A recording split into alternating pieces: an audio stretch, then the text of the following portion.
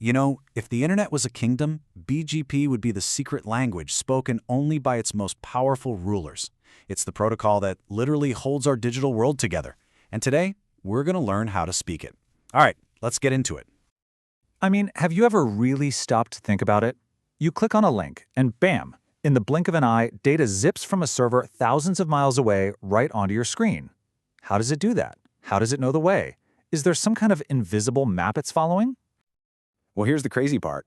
There is no map. Not a single one. The entire internet runs on something way more, well, human. It runs on gossip. Just a constant stream of announcements, whispers, and backroom deals passed between all the different networks. So, to really get a handle on this gossip, we've got to understand the internet's biggest problem. And trust me, it's probably not what you're thinking. See, the thing is, the internet isn't one big thing. It's not a single entity. It's really a network of networks. We're talking thousands of them. Think about it. Comcast, AT&T, Google, heck, even your old university. They all run their own huge, totally separate networks. And in internet speak, we have a name for each of these giant networks, an autonomous system, or AS for short. And honestly, the best way to wrap your head around this is to think of every single AS as its own country on the internet map. So for your data to get from, say, the country of Comcast all the way over to the country of Google, well, those two nations have got to have a way to talk to each other. So that's the big question, right? How do all these digital countries coordinate sending messages back and forth? They needed some kind of system, almost like a global postal service agreement. And that, my friends, is exactly what BGP is. BGP stands for Border Gateway Protocol, and it's basically the set of rules for how these huge networks tell each other what internet addresses they control and which routes they know about. It's the whole system that lets a packet of data get from any country to any other country on the map, and do it reliably. Okay, so let's break down how this automated gossip actually works. It all kicks off with an announcement. So Google's network, its AS, shouts out to its direct neighbors, hey, I've got the route to Google's DNS servers over here. Then one of its neighbors, say a big network like Level 3, hears that. It then turns around and tells its other neighbors, hey guys, I know the way to Google. Just come through me. And this news just keeps spreading, and every time it jumps to a new network, that network adds its own number to the path. It's like building a trail of breadcrumbs. And that chain of numbers that gets built, that's what we call the AS path. You can think of it as the exact itinerary for your data. It lists every single country it has to travel through to get where it's going. It's literally the set of footprints the gossip leaves behind. But okay, this is where things get really interesting. A router might hear gossip about a few different paths to the exact same place. So, how does it decide which one to use? Well, the primary rule, the default setting, is super simple. The shortest path wins. Just like you'd probably pick a road trip with the fewest stops, BGP's first instinct is to choose the path with the fewest AS numbers in that AS path list. Shorter is assumed to be faster. Simple as that.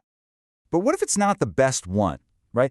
What if the shortest path actually takes you through a really expensive network or one that's kind of unreliable? This right here is the true power of BGP. It's not just about finding the shortest path, it's about finding the smartest path using policy. And this is exactly where that policy comes into play. A network admin can literally write a rule that says, look, I know path 1 has fewer hops, but I have a business deal with a provider on path 2 that makes it way cheaper for me. So I'm going to tell my routers to always prefer that longer but cheaper path. BGP is flexible enough to allow for these kinds of smart, business-driven decisions. And it's not just about money either. This is so important. Policy can be about trust. It can be about security. An administrator can set a policy that just flat out says, you know what? I don't trust the network in that country. We will never send our traffic through them, no matter what. It doesn't matter how short or fast that path looks, trust can override everything. So this whole system of trust and gossip, it works amazingly well, like 99.9% of the time. But what happens when it doesn't? When BGP goes wrong, oh boy, the consequences can be, well, they can be catastrophic. I bet you remember this. October 2021. All of a sudden, Facebook, Instagram, and WhatsApp just vanished from the internet. Gone. For a huge part of the world, these massive platforms simply ceased to exist. You couldn't connect. And it wasn't a hack. It was a BGP problem. For 6 hours. I mean, that is an absolute eternity in internet time.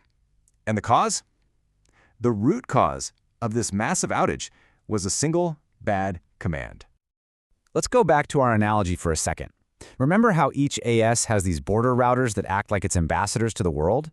Well, that one bad command basically told all of Facebook's ambassadors to just go silent, to stop talking to anyone. They pulled back all their announcements at once. And just like that, the gossip stopped. Instantly. For the rest of the internet, it was as if the entire country of Facebook had been completely wiped off the map, sunk into the ocean. There was no path, nobody's data could find its way there anymore, because Facebook had suddenly stopped telling the world it even existed. I mean, if that doesn't show you how absolutely critical BGP is, I don't know what will. It's why managing it is one of the most serious, high-stakes jobs in all of tech. The people who do this, they really are the masters of the internet. And becoming one of these masters, it's a marathon, not a sprint. You have to start with the absolute fundamentals of networking, then you move into simulators, practicing in safe virtual labs, because you can't exactly practice on the real internet and risk breaking it. From there, you do a deep dive into the real art form, policy and filtering. And eventually, you get to the pro level, with serious certifications and getting involved in the community. And yeah, this isn't a job you do all alone in a basement. There's this whole community of experts. They have groups like NANOG. That's the North American Network Operators Group. And that's where they all get together to hash out problems, share what's working, and basically collaboratively run the internet. It's a huge human-driven effort to keep the lights on for all of us. So, to wrap this all up, here's the one thought I really want to leave you with. This incredible, global system that we rely on every day, the one that feels so solid. At the end of the day, it's all built on a series of digital handshakes and promises between networks. It's a protocol built on trust and on gossip. And that really makes you think, doesn't it? What happens when that trust is broken on purpose?